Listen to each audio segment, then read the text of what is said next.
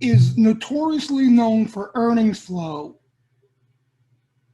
and always sells off on earnings. But that's usually where you could buy it.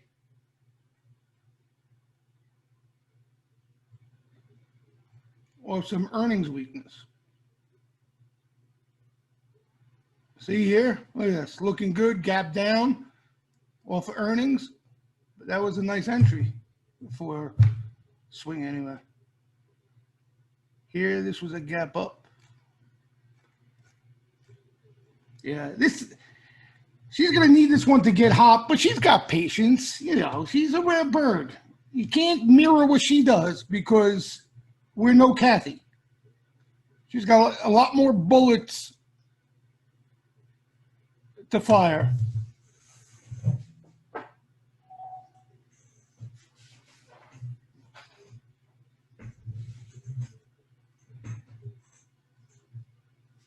Yeah, her workhorse.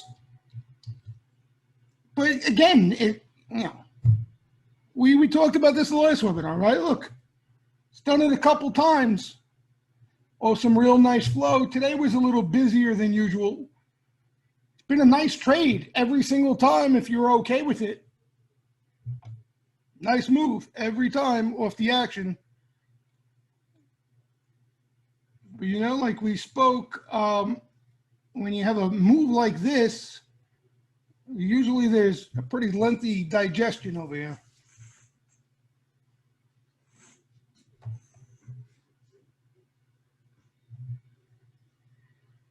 We'll talk a bit about what we're seeing out there. There's definitely some interesting stuff. It's a matter of, does the market yank before any of that good stuff perform? You know, that's the $1 million question here. CRM going bonkers.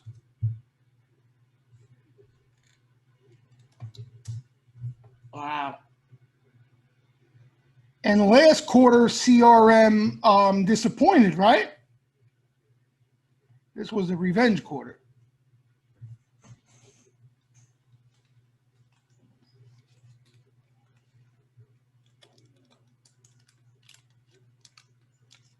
Yeah, the NASDAQ's nuts, you know?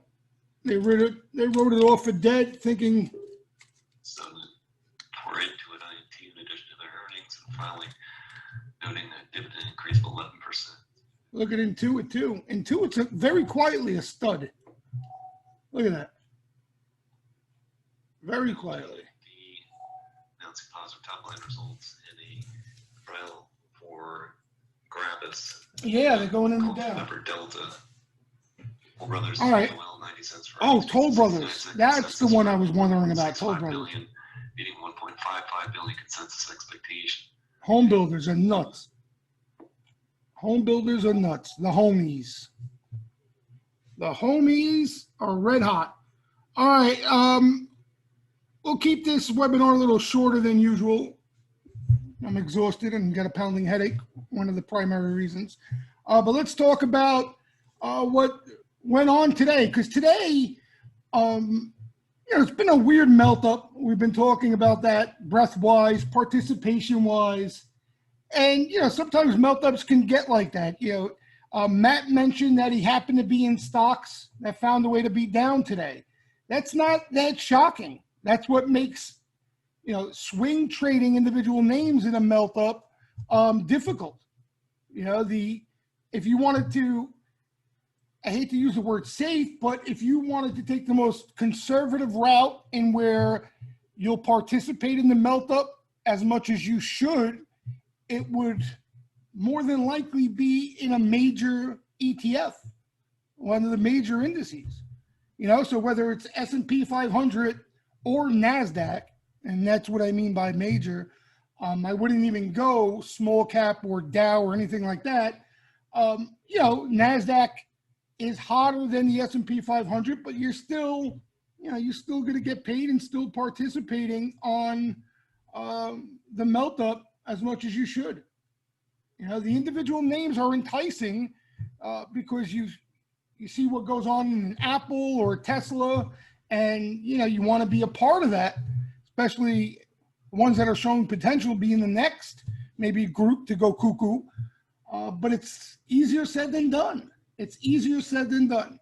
And you know what is, and we've been talking about this a lot now for several weeks, but what I find really interesting out of all this, okay, because as much as I'm telling you it's extremely difficult or frustrating in individual names to really feel the impact of the melt up unless you get lucky and land an Apple or Tesla and happen to hold them. That's the other problem. Us, we're so eager to get out of them as soon as they rip, then you never get back in them. So that's the whole other story there. But as difficult and frustrating as it's been in individual names, I can tell you this, and I told you guys, I would be honest with you if it wasn't the case. Playing quick, being nimble, a lot of this stuff, you can play it intraday. If you want, you hold it for that extra follow through, maybe the next day. There is money to be made out there. The market is willing to give us that trade with as little risk as possible, right? Because the main risk now, and there's nothing else to look at here. The main risk, no matter what you're holding, okay, is when will this market finally have a washout where everything participates in the washout to the downside? Okay, and when that happens, no matter what you're in, no matter how good it looks, no matter how much flow it caught, no matter what the case may be, you're going to lose money in whatever you're holding at the time. Okay, that you have to have that sink in your head right now. There's no way around it. All right, and it's the consequences of a market that's just gone straight up. Right? Yeah, exactly. A lot of us think now at this point, okay, the probability has gone up that when that does happen, that's probably going to be where this market takes a nice size hickey. And that's usually going to be a place where the riffraff, who's been short throughout, finally started to cover, is likely going to be out of their short positions and most likely long, right? So a lot of us are convinced, but it's not a given, meaning that it's not a given that this market's going to rally in a straight line up until the riffraff flip long. Okay? There are small, violent stretches of pullbacks, no matter how bullish of a market. Okay? And I traded through 99. There were quite a few nice size hickeys long before the market topped out and the music stopped. All right. And we've seen little spurts of them, like you see it for a day or two, right? But then it's amazing how quick they find a place to put money. They'll find one sector, one group to rotate into. And then once you start seeing that rotation, they can't take the market down with any authority. Like the other day, right? They started to sell tech pretty violently off the open. And a lot of people, including myself, we thought, oh, could this be the day? Could this be the day we finally get a little pull, right? And then before you knew it, you had some selling off the open. What'd they do? They started plowing into financials, airlines, transportation names. You're not taking the market down anywhere too far when you got aggressive buying coming into major sectors like that. You know what I mean? So that's all that we've been seeing, and it's kind of a la 2009. That was the lifeblood of that whole rally, that constant rotation. And we'll talk a little bit about that today, because I think if you guys read that little write-up I posted last night on the flow notes, I mentioned that, we kind of want to be, with the market like this, we want to be where, the saying, where the puck may end up rather than where it is right now. We kind of want to be ready and looking to where that next set of rotation may be, so we can be prepared and get ahead of it. All right. And, you know, we'll talk about that a little bit more because I think it's important in finding, you know, ideas. But, you know, I want to make clear that if you participated in this rally and you've made money on the long side of this rally, right? And you don't feel like you need to or should take that added risk in going for the kill, right? In other words, giving back a big chunk. Because again, you got to be willing to give back if you really want to get aggressive here and participate in this. You got to be willing to give back a nice chunk. Okay, maybe not all of it, but you got to be willing to give back a nice chunk. Because if you get caught and you're 3-4 position deep in calls with entries up here, very quickly, it can end up equating to a chunk. Okay, so if you don't want to do that, not every melt up and not every market gives you the opportunity of staying tactical and quick and it being worth it. All right, so let's talk about that today. And it's not every day, okay? There are some days where, you know, a lot of us are buying, you know, there's sweeper activity in a couple names and they pop a little bit and then go dead. And there's nothing really cooking that day. That's fine, okay? But then there are days like today, or even days like yesterday, where you know coming in, right, all the juice, all the good entries for the most part are off the open.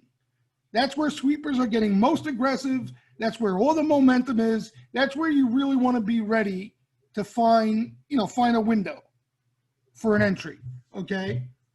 And you're walking on a day like today, and everything that kind of, for the most part, didn't participate as much yesterday, a lot of those underbelly names caught fire today. A lot of the names you guys asked me about on almost every webinar. All right, we'll start off with this one, all right?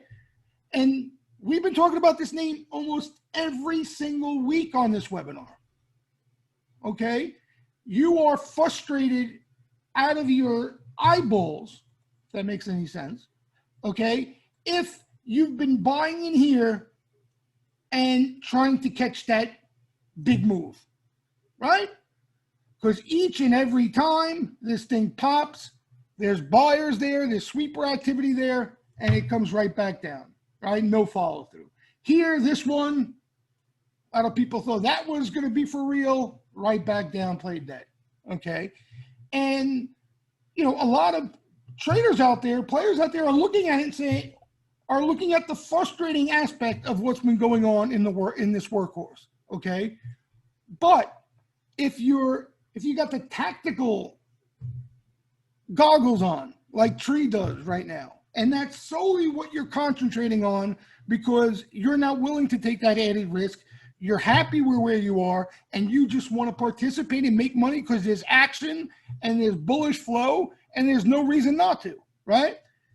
There's been a trade in this workhorse each and every time, right? Again, I got deja vu. We just spoke about this last week. Anytime this thing comes down and plays dead and sweepers come out of the gate and start getting really aggressive in it, you have a trade. You don't even need to hold on to it overnight. You don't even need to hold on to it overnight, right? But if you want to, you're feeling a little frisky, even if you're playing, more tactical now than usual, you give it that extra morning and see what happens off the open. Maybe you give a little bit of it back, right? And then pull the plug. But maybe you get lucky and it gaps up and goes, all right? But for the most part, you don't even need to if you're in that camp that a lot of us are right now and being content and just riding the momentum.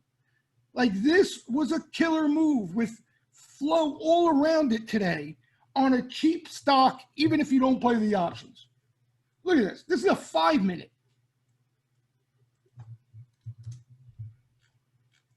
Look at this morning here, right? Rip of a little sideways action, buying rip. Sideways action, buying rip. This thing was strong the whole session with buyers, the whole session. Okay.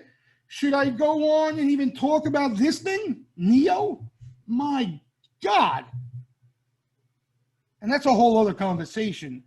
The options activity out there, I haven't seen options activity like we're seeing now. Okay, I don't know if it's riffraff. I don't know if it's Robinhood. I don't know if it's more online traders. I don't know what the hell's going on. But this NEO catches action like they got tomorrow's newspaper every other week. Every other week. You know? Yesterday, remember, our drawers dropped to the ground because one line, there was 90,000 traded halfway through the day. And then on top of it, the cherry on top, some dude comes out, hits the bid, and sells a nice chunk of puts.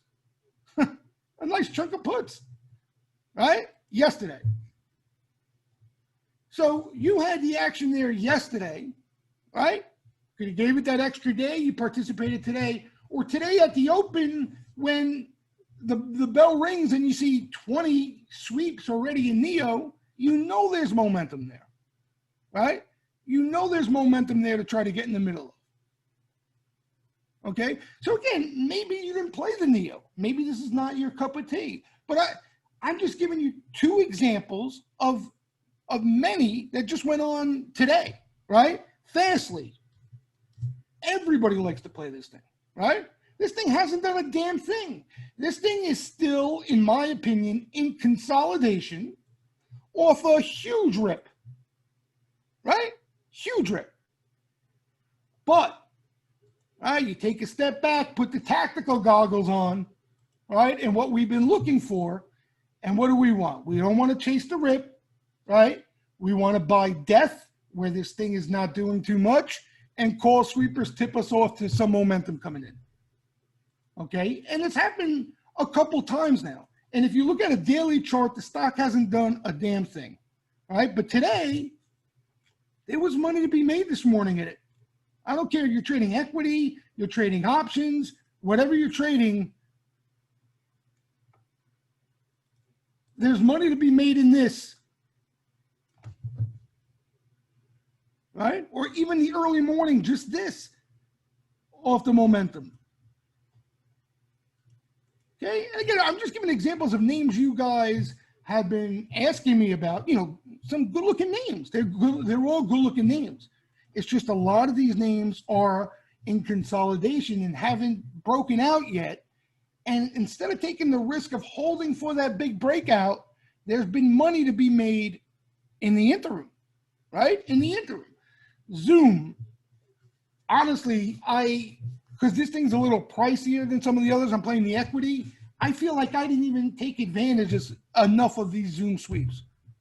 They've been magic. They've been magic. They hit them, right, with 3-4 sweeps, and then the thing just explodes. You know, it's a little pricier stock, but those of you who, you know, are playing the calls, and you need that type of move for day trading, you know, that's more your cup of tea, right? So there's a ton of names. You guys are talking about the Babas, the JDs.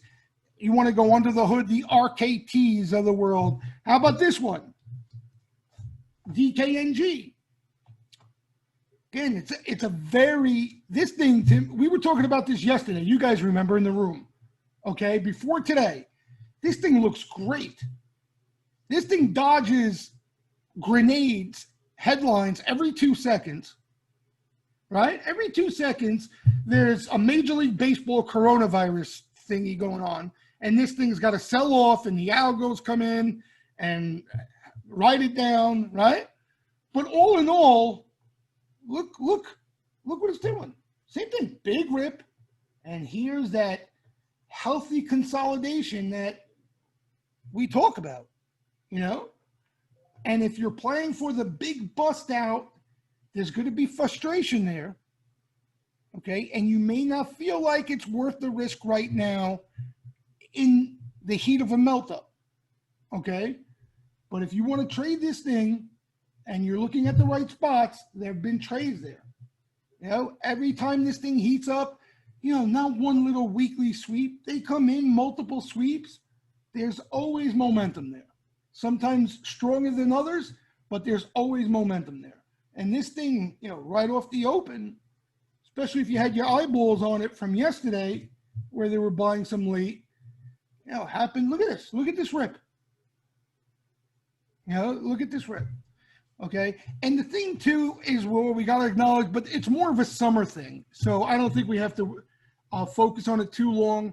The early mornings, all the time, when you're in the dog days of the summer, the heart of the action is in the morning and into the closing bell. That's where most of the sweeper activity is. That's where the more consistent momentum is. You'll realize, like, sometimes a name will catch action in the middle of the day, but there's no other flow. It's dead around it. It's hard to really get it going. Sometimes it does, but the mornings are where you want to really be ready at the opening bell, right? We already know we want to lean bullish. See, and that's the other thing. If you're trying to catch a short, you really got to be sharp here. You really got to be sharp here. Because look how quick, like, you're trying to catch a short and all of a sudden you got to flip long. All right, but if you're sitting there waiting, you're leaning bullish, right? And you start to see call sweepers do their thing, it's a lot easier to put things into action. All right, but the early mornings are where it's at. And there's going to be a morning where we may open up green, or maybe we gap down a little bit, okay? And we're going to be waiting for call sweepers, and guess what? They're not going to show up. And we're going to be waiting, and they're not going to show up. And then put sweepers are going to start to gain momentum and grab the ball. And that may be the day we actually have a little stretch of weakness, if not completely roll over. But, we need to see that. We need to see that. Otherwise, you can go broke trying to bet on when that's going to happen or guess when that's going to happen, as a lot of people have done already, All right, but you catch my drift, okay? I don't want to make it sound easier than it is. There's nothing easy about this game. All right, but if you have a little patience and discipline, and you're looking at the right spots rather than getting the FOMO, there's money to be made with as little risk as possible, trading and being nimble. Okay, you got to survive the couple days that there may not be much momentum, but that's all part of the game. All right, that's all part of the game. What else did I want to mention? Yeah, we'll go over quickly for those of you who are members, Sharpies and Riffraff. But simply put, and this is what we were talking about Sunday, I think we all need to drill in our heads, okay? Our main risk right now is a market pull. That's not always the case. Like, sometimes I'll be interested in buying a name with time, and I'll be okay with sitting through a market pull. I don't think we can do that right now. You understand? I think where sentiment's at right now, and especially that the shorties started covering, right? We need to see this week is going to be a big week. I mean, the riffraff started covering. We got to be careful because it's not an automatic buy the dip situation anymore. That's what's changed. You understand? It's not an automatic buy the dip situation anymore like we've had for, all the way up to now, basically. All the way up to now. And why? The simple reasons that the hedge funds are a lot more long than they've been, right? We've been looking at that continuously. They've been net short, then they started scrambling, getting long. They're not long to an extreme yet, but they're a lot more long than they've been. And if there's a catalyst, like the virus the last time, if there's a catalyst for some real selling, there's some supply out there and can run over dip buyers. And that's what we got to be careful about. All right. Otherwise, we wouldn't be too concerned with, worrying about getting caught in a pull. Right. You buy with some time to survive it. Right. Or even put on half and look to add into a pull. We can't do that. We can't do that now. Because the odds of a pull have gone up that may not be just your run-of-the-mill pull. You understand? They can catch some folks on the long side. All right, make sense? So that's where we are right now. But that's any name you look at. So in other words, like I give you another example. You guys saw this name today, FIS? The action of the day, in my opinion. The action of the day. Cleanest action, Jan strikes, they tattooed this thing. Absolutely tattooed it. Right? Any other point in this market, I wouldn't even hesitate, and I'd be all over this thing and already own some Jan calls. But now I'm asking myself that question, right? Jan calls, I can easily get caught holding the bag in this thing in a pull. Yeah, they paid up. They didn't care what they paid for this thing. It was aggressive buying. It was aggressive buying. Now, maybe we get a pullback at some point, right? We see this thing, maybe it doesn't even come in as hard as some of the other stuff out there. And maybe they add, all right? That's a different story. We can look and reevaluate. But right now, for me, and we spoke about this Sunday, I want to be quick. The quicker, the better. That's usually the total opposite of how I like to play. But I want to be quick. I don't want to be sitting in much, if that makes any sense. Why would who? Yeah, I'm holding the same stuff I've been holding. And basically, my full position's planned, Sean. The other stuff that I got, I have rolled, so I still have some exposure. But I'm okay with what I got getting torched. You know what I mean? But to be honest, what I was trying to say was, I don't think we're at the point. I think if you're in stuff and you have cushion, like if you've been holding positions and you're up on them, I think you still hang in there. I think you still hang in there and you watch, the stuff we've been watching religiously. You watch it religiously. All right. You make sure once the clowns start to get aggressive, you may want to raise stops and pull the plug. So I don't think we're there yet. But as far as putting on new risk, especially with time, I just don't see it right now. You know what I mean? I don't see it. Because let me present this example to you. Maybe it makes sense. You buy FIS Jan calls, right? If you're not going to sell the stock over the next month or two, let's say even this melt up lasts another 2 months, right? If you don't sell this stock over the next month or two, and then you get caught in one of these VIX Armageddon corrections like back in January 2017, you know what I mean? What was the whole point? You see where I'm coming from, Ryan? You understand what I'm saying? Like the time, right, December into Jan 2018. The time to try to find stuff to buy with time, I think we passed that point. Now it's about being quick. Now you want to be quick. Now you're riding momentum. You want to milk whatever's left in this rally. Right? There's still momentum to the upside. There's still aggressive sweeper activity. You want to get in the middle of it. you want to make some money, and you want to be quick.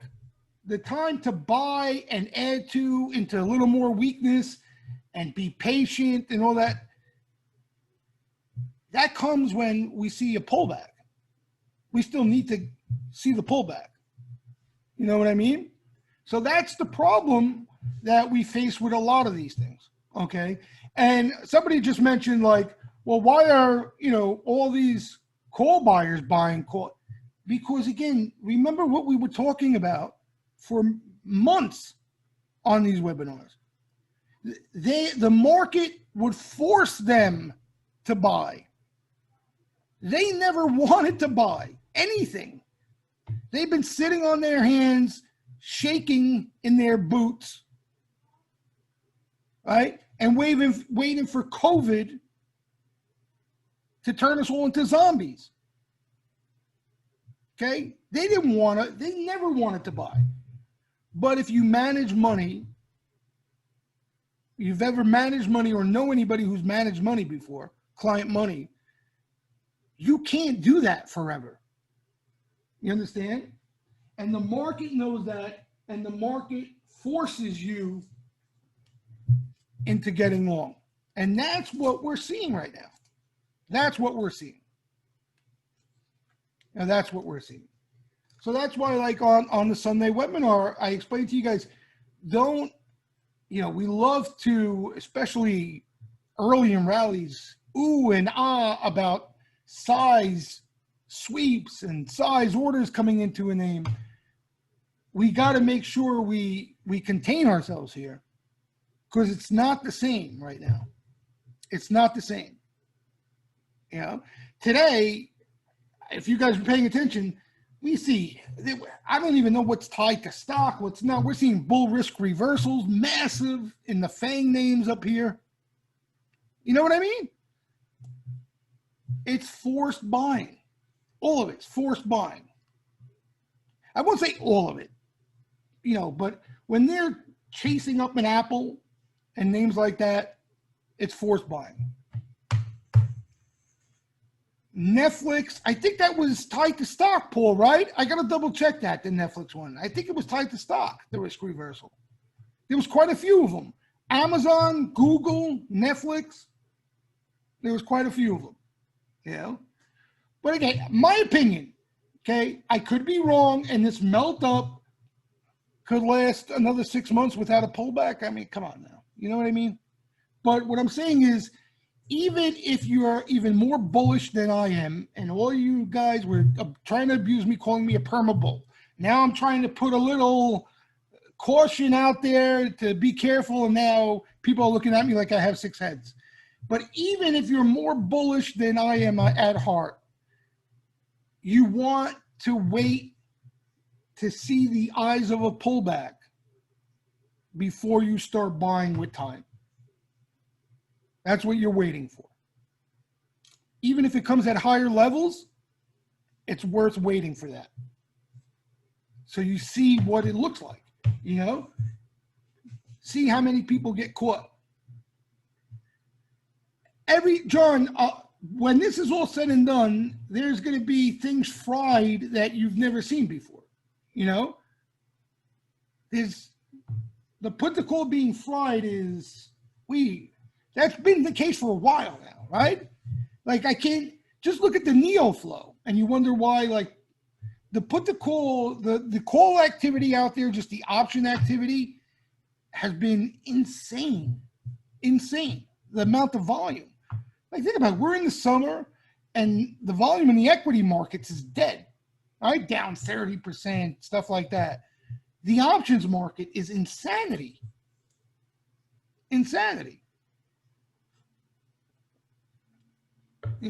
So again, I don't want to get everybody negged out and looking for shorts and bearish, right? You want to ride this wave as long as we are allowed to, okay?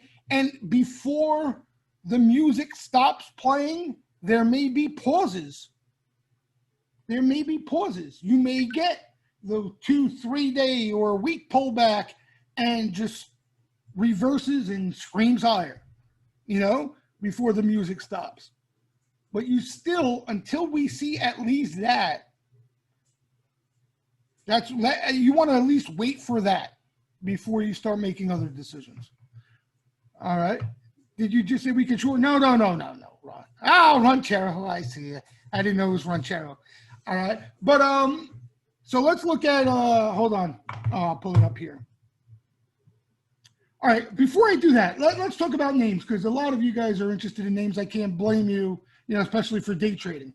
Like Paul, you talked about Netflix, right? I think Netflix is something to even look at tactically right now. I know it may not be your style, but if it is, all right, stock did nothing today, had a nice little lift last week, right? Last week had a nice lift, has been dead for a couple days here. Now, when they let the stuff breathe that was hot yesterday or today, or maybe even tomorrow, they're hot again, right? When that stuff needs to breathe, the likelihood is money's going to find Netflix. You know what I mean? And again, it may not result in this new highs, but there could be a trade there, and that's what you want. That's what you want. So you want to have your eyes open, especially in Netflix that catches sweeper activity. You want to be ready and look for any signs that a sweeper activity, again, like Fastly, like Zoom, like any of those names, for a trade. I think Roku is in that camp as well. What did Roku do today? Nothing. Roku's in that camp too. Roku's in that camp. Roku is a little tricky because sometimes it doesn't catch as much flow.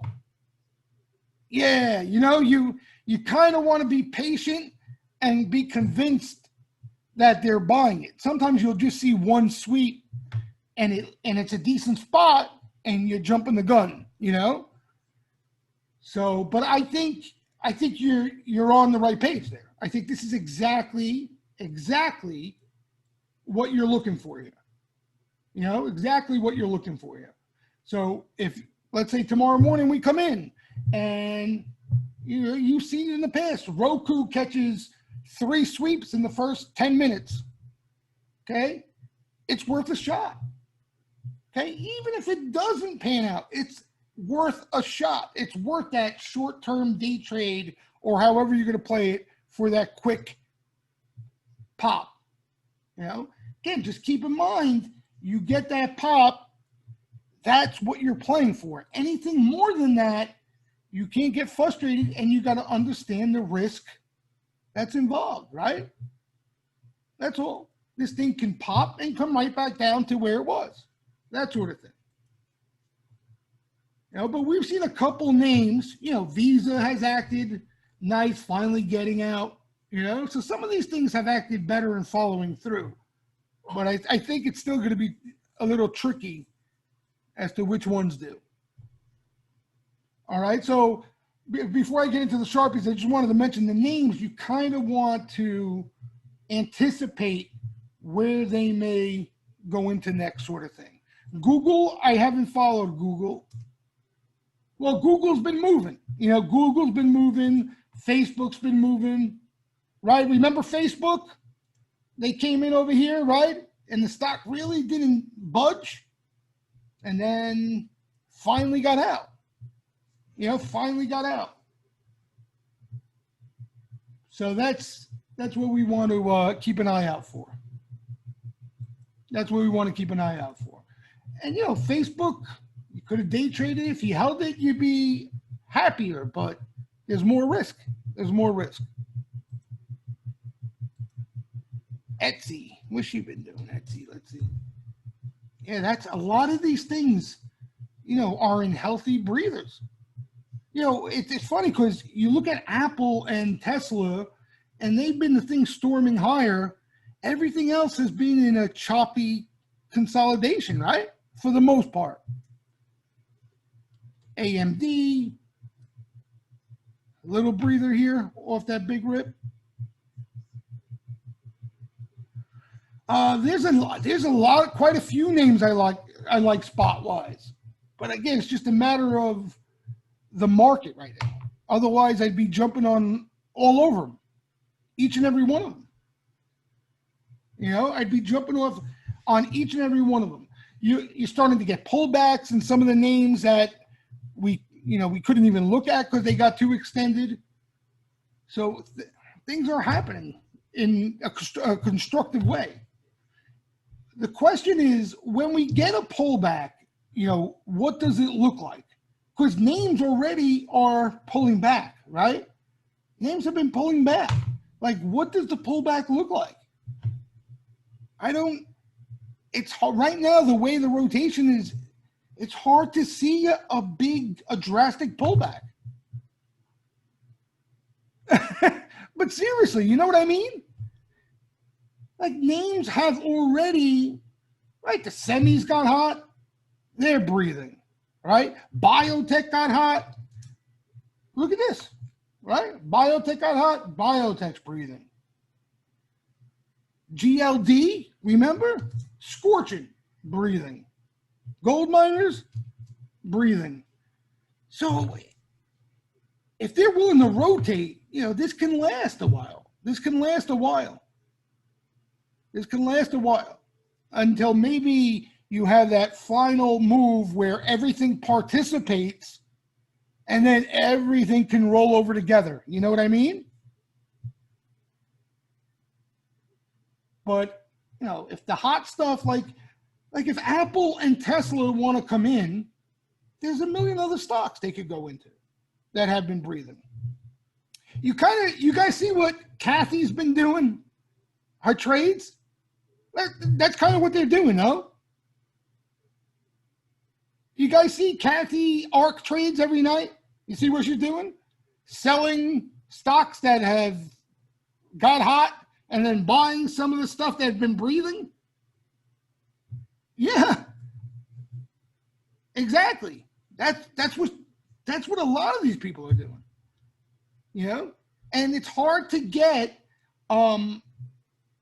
significant pullback that way. It really is. So I guess you got to have, you know, like Kathy has the conviction that this is a V-shaped recovery. The Fed is all in, and this is the start of a whole new bull market. Like, she has that conviction. So that's why she can do what she does. You know, she's not looking to pull money and park it. She's got to, you see, like she's a junkie. She's got to find somewhere to put her to work. You know, Tesla has gone up so much that it's above a certain percentage that she can't own that much in her fund. So she has to sell it, and she's looking for shit to buy that's pulled back. So that's kind of what we're seeing out there right now as a whole. You know, so, you know, what it leads to, what kind of pullback, maybe you guys are right. Maybe it's just one of these quick little violent jammies, you know, flush out, and then boop, everything's beautiful again. We'll see. Z. Yeah, this thing too. Like, this is a little too hot for me. You know, the home builders, you guys, I give you guys credit. You got a lot of you guys were all over those home builders. These things, what a move. What a move. Look at that. This is a melt up. VHI. You know, now you can't buy these things. Now you got to chill out a little. You got to chill out. If you're in them, you know, you could still hold them, but new entries up here, you need a pull. Wow, this thing got up there too. I remember the little dip off earnings. Pins had a little dip recently. Let's see. Breather. You know, this is in breather mode right here. That's good. That's good. The question is dead how long this breather is. Again, you know. But I think the market's the most important thing. Like, if we get that wash out of the way, no matter how quick it is or whatever it is, that reset out of the way, and sweepers are coming in, buying that pullback, whether it's 5, 8, 10%, whatever it is, you know, sentiment gets washed out in a nice way. That could be the spot where we, could get aggressive and have fun again. Right now, it's tough until we see what that pullback looks like. Until we see what that pullback looks like. All right, quickly before I forget, let's go to, there was with ARC. There was ARC up there. It's gone. Let's go to the Sharpie stuff. This was the workhorse action today. Insanity. Look at this. All right. This is the graph of Trade Alert that I post. All right, just a simple intraday call activity. The red would be put activity. Look at this. Like, this is insanity. There's not a minute that went by the whole entire day where calls were just flying off shelves. Look at this. That's going to add a lot of momentum to the name. All right? Some of the other ones, like NEO, was even crazier.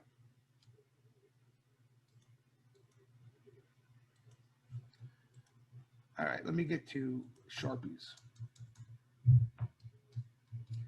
All right, so this is what I thought anyway. I think, okay, this is again, not to confuse everybody.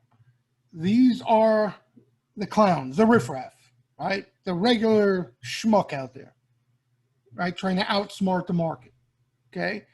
Right, specs, many names, okay? They've been short, right? So here is the bottom, okay? This is short. See the zero here? Right? Anything above that would be long, okay? So they've been short this whole entire rally, right? The one time here, they covered. They got a little antsy, right? The market ripped, and they covered, okay? That set up a little breather for us. That was the only breather we had in this rally. The only legitimate breather we had. Okay, so what I was hoping for, what a lot of us were hoping for, was, you see here they got a little jittery again. They're still short, but hoping it leads to something like that. Right, mid-June. That was mid-June, exactly.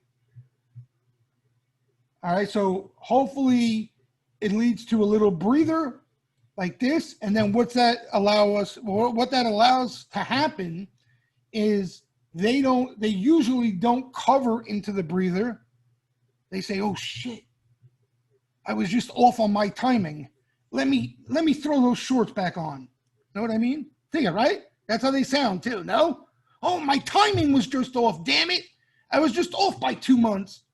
Let me throw those shorts back on so I could cash my ticket and bail myself out. Right? And that's what they do. Look, they go in even heavier.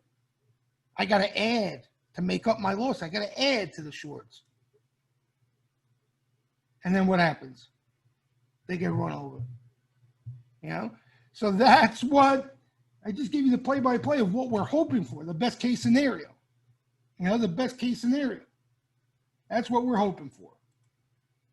All right, so we're hoping this might open up a little window for digestion.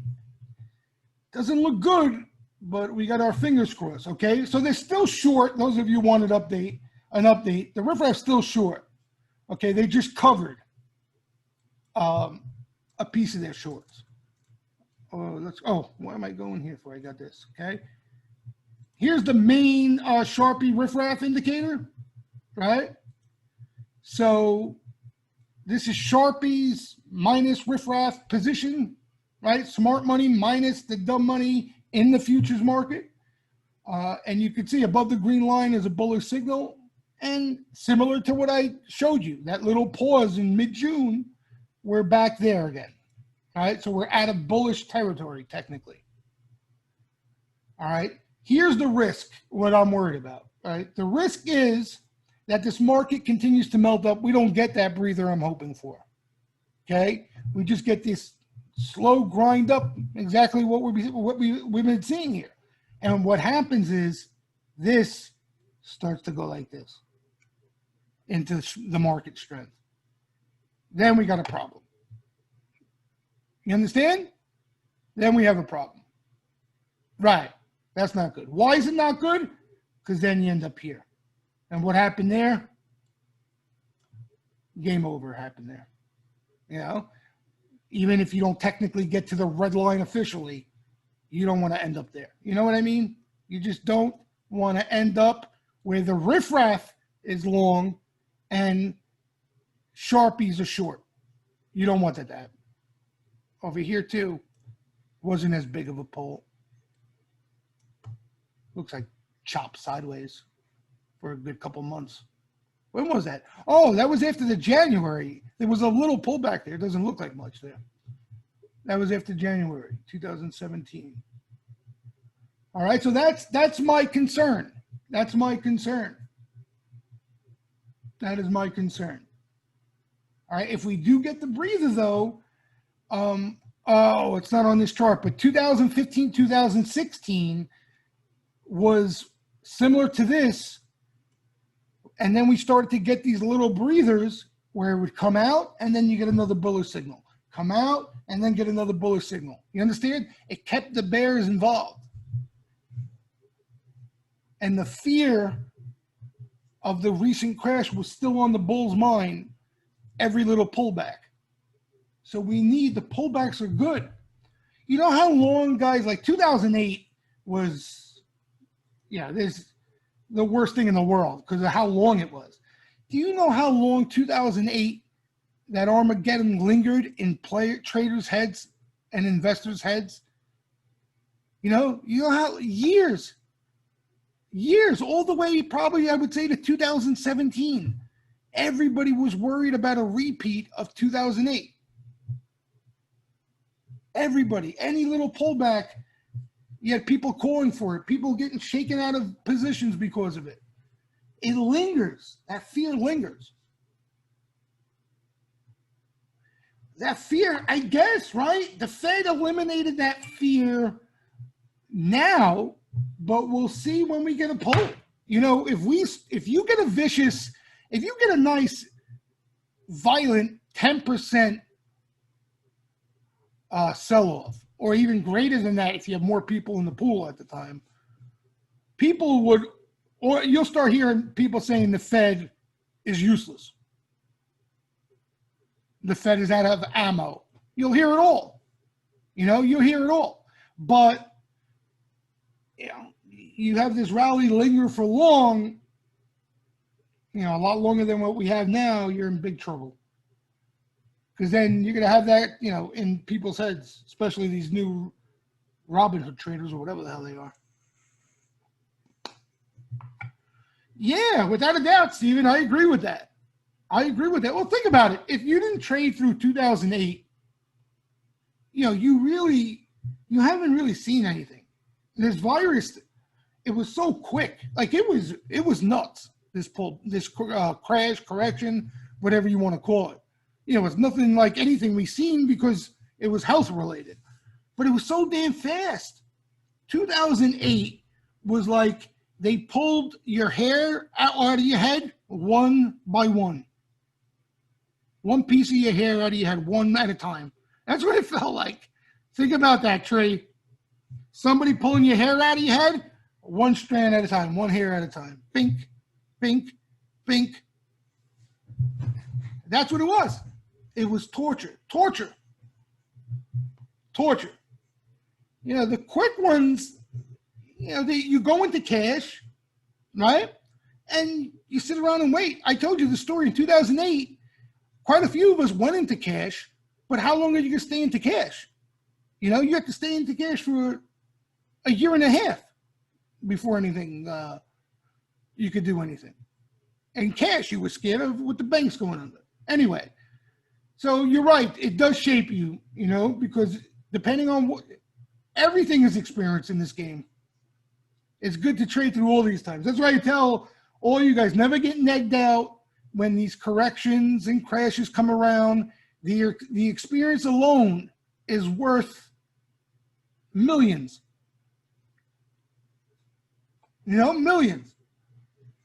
Just the experience of watching them, sitting through them. Oh, yeah, the dot-com crash. You know, that's why you have a lot of people talking about that now, you know. the 99, the whole 99 debacle, 2000 debacle. Well, we're getting a little taste of it. Like Tesla and Apple was, you know, almost every tech stock at the time. Crazy. But we'll see what happens, you know. See, I don't like to compare. I get in the habit of doing that a lot of times. Compare it to markets of the past, but they're never the same. They're never the same. You know, sometimes they resemble each other, but for a portion of time, but they're never the same. They're never the same. It's never the same thing that happens, you know. What bit us in the ass in 2008 is not going to bite us in the ass. You know, we're prepared for it. We're aware of it. It's always something you're not aware of. Right? The stuff you don't think of. Right? Like this virus wasn't something anybody was expecting. So it's always something new, always something new. Oh, you're only trading 1 year, John? Whew. That's awesome, though. That's awesome. That's awesome. You know? That's awesome because everything, you know, you learn so much. You learn so much in this game, especially early on. That's where you got to keep your eyes open, pay attention. You can't get too negged out. You know, because you're gonna run into run into hurdles. I mean, that's part of the game. But you just don't want to knock yourself out of the box, and you want to learn from each and every experience. And it'll set you up emotionally. The washout indicator was in buy territory, and then we bounced out. You know, so here's what I wanted to show you guys too. See, I ramble. You guys talk. I could talk markets and cycles with you guys. I'm like the grandpa on the rocking chair. I know what you guys think of me. Hey, Grandpa, tell us a story back in 1999 with the internet stocks. You rat bastards. Let me see here. Where is here is the Sharpies. 99, I didn't make much money. I was wet behind the ears. My best years were 2001 on, when everybody got killed. I was the only one still alive because I just got in the game. I didn't have much in 99. I didn't have anything. I didn't have much to lose. Here is the Sharpie indicator. Okay, so you saw the riffraff. This is the smart money. And you can see here a little dip out, right? Same thing. All right, so there's really no signal out of this right now. It's still favorable as a whole, but there's no signal. The only time this is a signal is when it gets there. All right, so again, ideal scenario, you have a down week. Or down 2 weeks, God forbid, you know, and you have this thing go down and then boop, you get a spike where they're adding, and that's our next entry. That's our next swing entry. That's the way to look at it. You know, that's the next entry with a decent risk reward to it.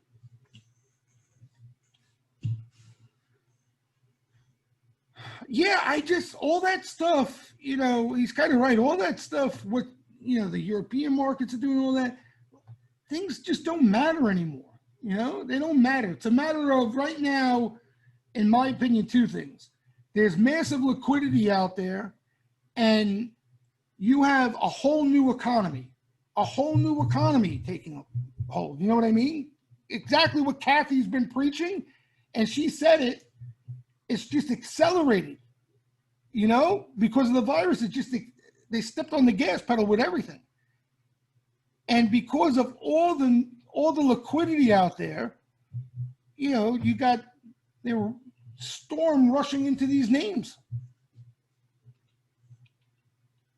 There's still big cash on the sidelines, yes, but it's a little misleading, Paul, because there's been big cash on the sidelines for a long time. Like, I'll give you an example. Mutual funds, right? Look at this. I remember, like, you talk about back in the day, this was the stuff everybody followed, what the institutions were doing. If the institutions weren't buying, they weren't buying. Well, if the institutions, if you're only going to buy when the institutions are buying, then you've been on the sidelines for quite a while. Look at this.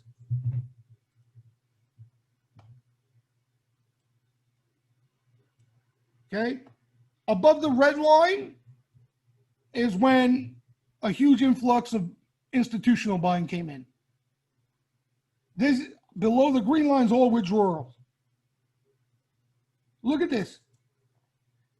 Okay, this goes back to 2017. You got 1, 2, if you want to count these, 3, 4 times it's gone above the red line, meaning a big amount of mutual fund buying coming in.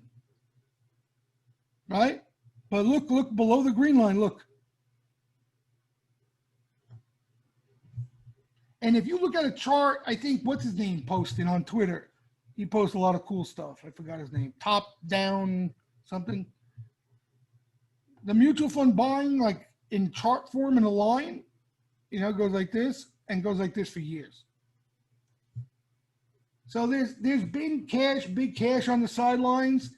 There was a ton of it recently. Some of that's come off the sidelines, but you know, we don't want to get too hung up on that because there's been a ton of cash for a while.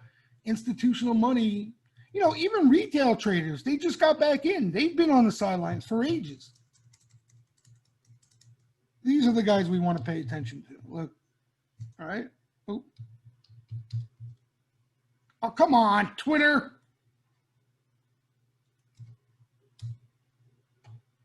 Oh, no. You got to be kidding me. June 6th. I mean, this Twitter search is useless, huh? Let me try one more thing. Used to be good. This is, I think, updated. Okay, so this is hedge funds. All right, and this is why a portion of that money has come off the sidelines. You know, short, just like the riffraff in the futures market. Same exact thing. But these guys have capitulated already, as you can see. The riffraff haven't yet. So, you know, now this is no signal. It's not even favorable anymore. You know, there's nothing really coming out of this indicator anymore. What you got to worry about is when you get a spike over the red line. That's not even a sell, a sell signal. But what it tells us, again, that buy the dip scenario is gone. You know, think about that. And a lot of you can vouch with what I'm talking about, okay? There's nothing better. I don't know about you guys, okay? When stocks go up and I need to chase, I'm lost. Like my conviction is down the toilet bowl, okay? I have zero confidence when I have to chase up, okay? But when I have these signals in my corner and I know I can buy the dips, there's no better feeling than that. You know what I mean? Like you get a market that pulls back and you see sweeper activity into that pullback. You know, like let's say that FIS today, that comes into a pullback. I don't even think twice to buy that. It's not even a question. You understand? Because I know that all these guys are out of the market. You understand? There's no sellers. The only powerful force can be them coming in to buy. It puts a floor underneath. You know, but once you start losing these things, right? When you get this thing up here, and then if you get the riffraff up here, now you're going to pull back in the market. Okay, now all of a sudden, I don't have that conviction anymore to buy that dip. Because What about if these guys decide to get out? What about if they start selling? And then that leads to margin calls. And then that leads to CTAs taking down their exposure because we broke through a level. You understand? Then the VIX starts to rise, and now all these trend following crowds have to take down their exposure because VIX got over a certain level. You understand?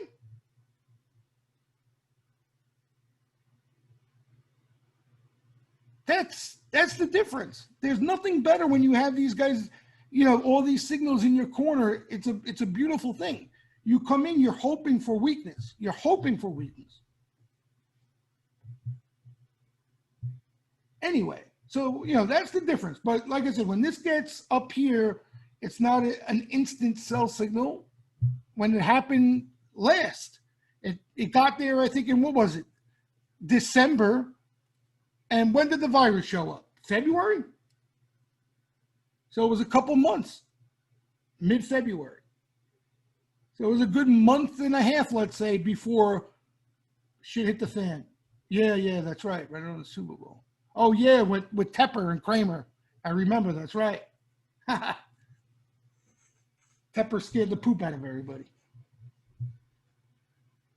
All right, so that's what all this stuff means, guys. It's not a crystal ball. It's not magic. It's just positioning and sentiment, and it rules markets, you know, at extremes.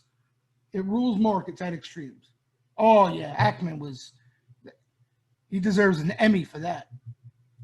Oh, the world's coming to an end. We're all going to die. Yeah. I bought Hilton, Marriott, QSR, and blah, blah, blah. I got to go. I'll talk to you later.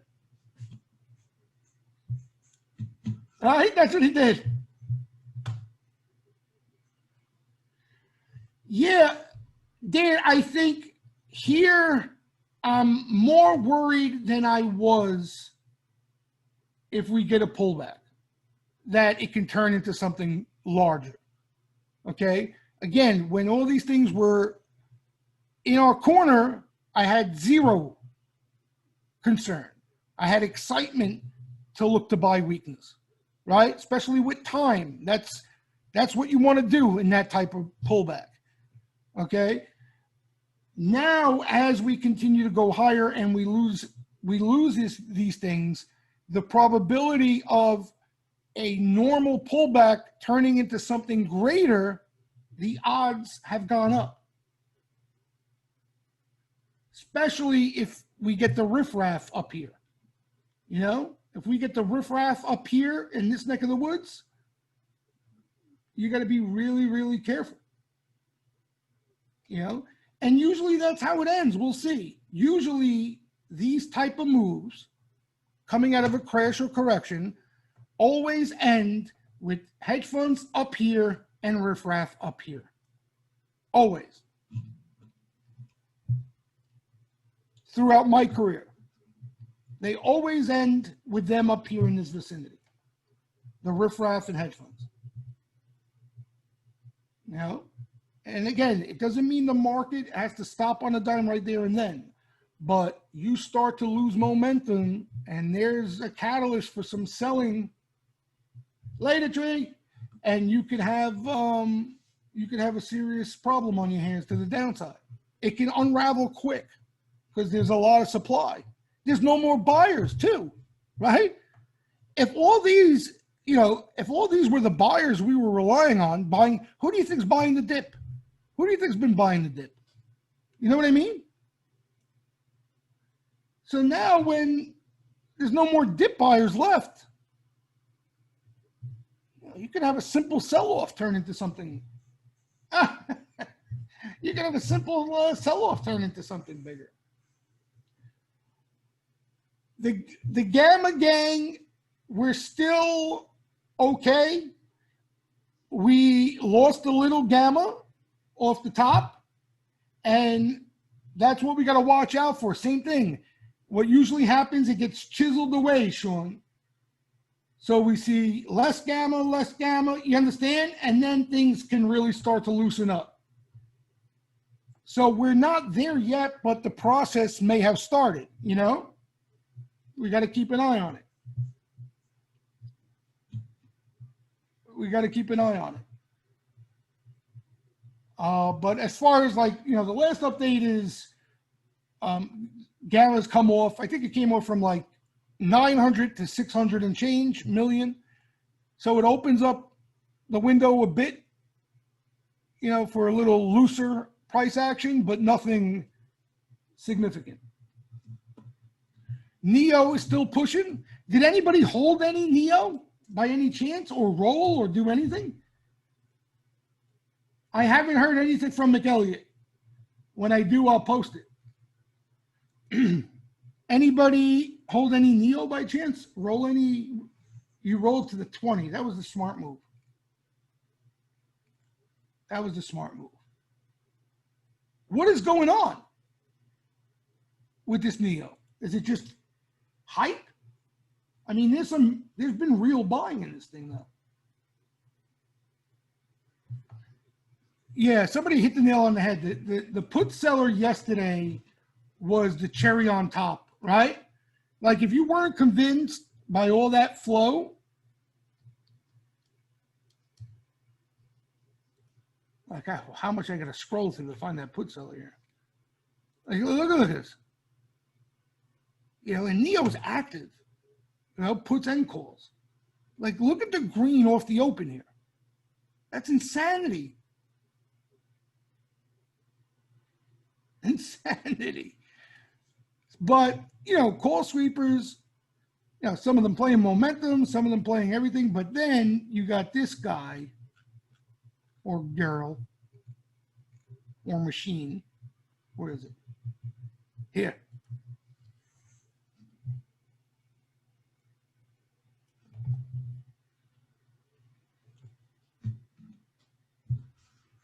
Like this told you this real positioning in it. It's not just momentum players.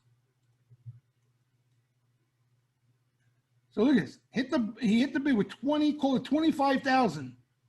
25,000 September 12 and a half puts, and he took in 1.1 mil.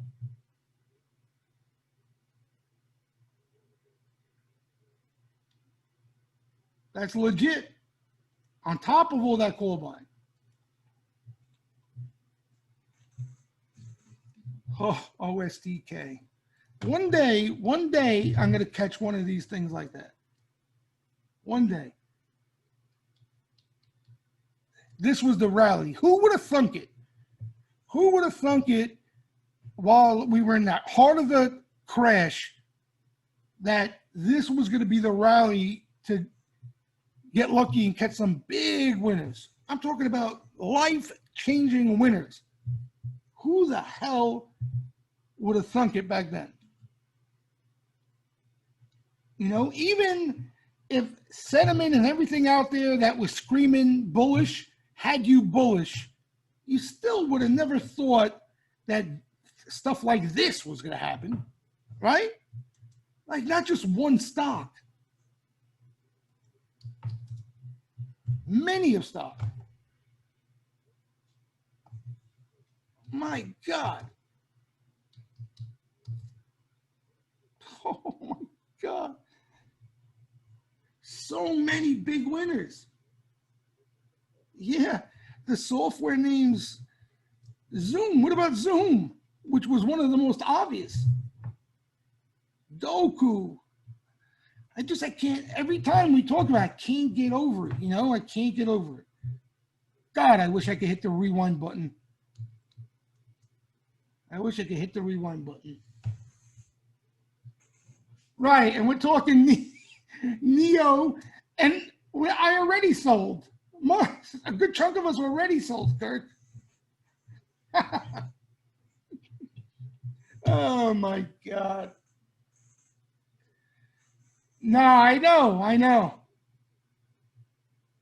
It's easy now. It's easy now to think of it, like the virus, the way the virus just changed the whole economy, man. I mean, it's like a whole new game. That's why like a lot of people are talking about a whole new bull market, a whole new economy, a whole new list of leaders, a whole new list of everything. You know what I mean? like you're going to have a lot of blue chip names that are just dinosaurs right now. Dinosaurs. Everything's been accelerated drastically.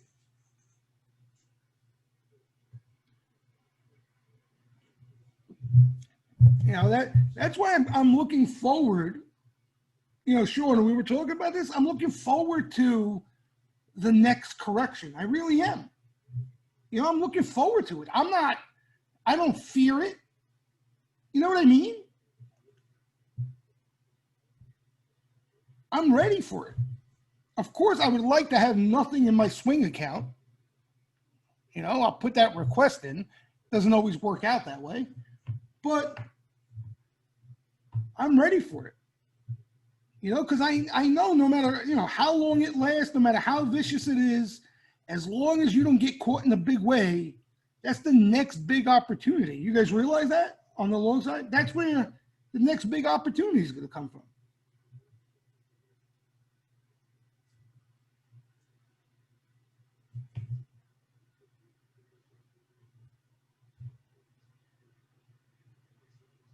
Yeah, some of these, I just, you know, it's a la, Dan, it's a la 1999, right? Like the most novice investors out there were the ones who were making the most money along the way. The investor who bought, you know, the Cisco and AOL and Yahoo and just held it, you know, and it kept going up, and then there would be pullbacks and corrections, and they didn't sell, and then it went to new highs, and then it would pull back, they didn't sell, and it went to new highs, and they just kept holding these things, and then they split, and then they went to new highs after a split. Think about like Apple, okay, doing this, splitting, and then going to new highs again, and splitting again.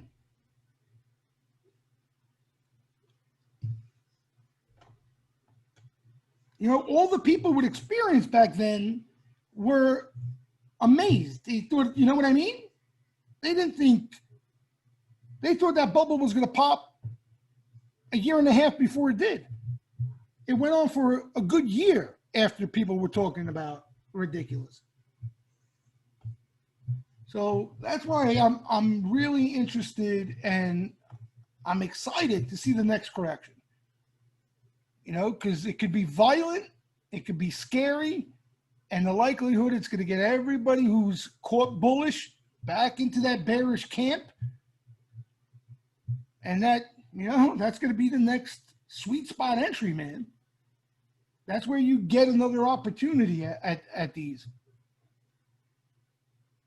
You get another opportunity. Apple 3 trillion. Who knows? Who knows? You know what I mean? We could all guess. That's why that, like Tom Lee, he's the smartest guy out there. He's the one, he makes sure no matter what, you know, things look bleak, he stays uber bullish because, you know, those are the guys who just, you're going to remember their names out of this. Yeah, the Funstrat guy. All the rest of them are calling tops, trying to be cool. You know, that people lose interest in. But like Tom Lee, Kathy, all these people, they're going to be the ones kind of like the crew out of the Henry Blodgett. And I don't know if you remember that guy, out of 1999.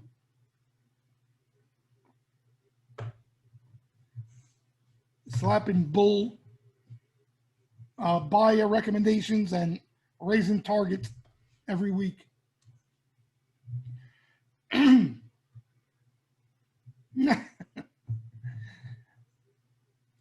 Yeah, well, you know what it is? When you make a bear call and you're right, I don't know why, but it draws a crowd. It draws a crowd. You see it on Twitter. People make bear calls, they're not even right, and they draw crowds. They get a huge following. And even though people lose money, they still, you know, they still like to hear doom and gloom, I guess. A lot of misery out there.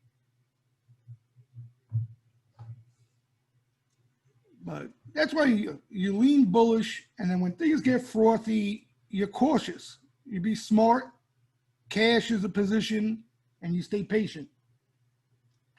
Yeah, I'm wrapping this up too.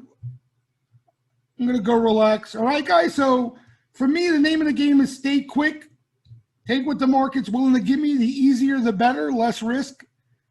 And then once we get a pull, that's when we reevaluate. But when that pull comes, I don't want to be hurting. You understand? Especially if you made money this rally. If you were been bullish and made some decent money this rally, there's no reason to get stupid here. No reason. Commodities are interesting too, because lumber's going bananas. There's some signs that inflation may be at play. I'll believe it when I actually see it. But if it is, you got tons of upside in these commodities. They've been dead, dormant for years. Yeah, I think like the miners, I think probably if this is a new bull market, the start of it, like we're talking new leaders, I think the miners probably will be right up there with it. This is healthy. What this is doing now is healthy. You want to see this. This looks really good. Really good. Orderly, constructive.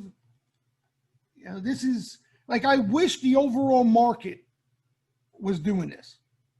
That's where you really pick up the money, because you can look to buy these things time and time again. So much better than just melt up.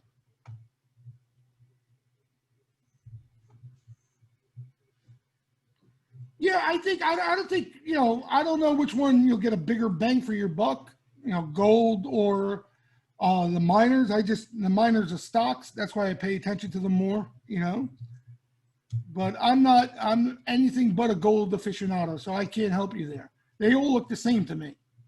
They all look the same to me. But yeah, the names they've been hitting, Puff Puff Pass, WPM, the Buffett stock, gold. Even some of the smaller ones they've been accumulating, like Humana, AUY. They all resemble each other.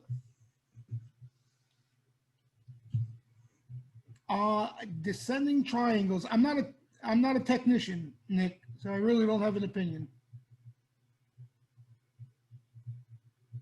Flow and sentiment positioning is all I base everything off of. I don't really, technicals, not too familiar with them.